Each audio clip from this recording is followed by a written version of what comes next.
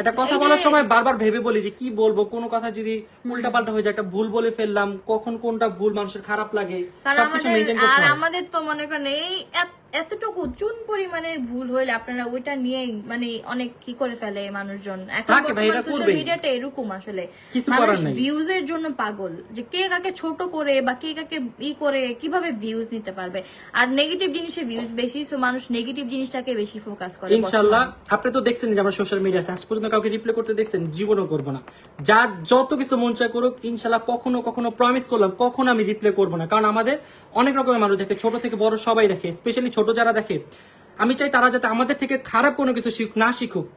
আমাদের যা অনেকে অনেক উল্টাপাল্টা কথা বলে, চাইলে রিপ্লাই দিতেই পারি, স্বাভাবিক, 1 সেকেন্ডের ব্যাপার, বাট কখনো রিপ্লাই দেই না আর সামনেও দিব না।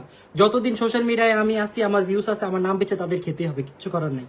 আমি এই যে ওর জন্য আমিও দিতে পারি না না, আমি কাউকে দিতে দেই না, শুধু আমি না, আমার ফ্যামিলি কেউ কখনো, যে আমার টিমে যে দেখছে ভাই, কখনো অনেক কথা সময় বলতে অনেক দেখেন, কিছু দেখলে ওর মাথা খারাপ হয়, জামাল কুল কুল কুল।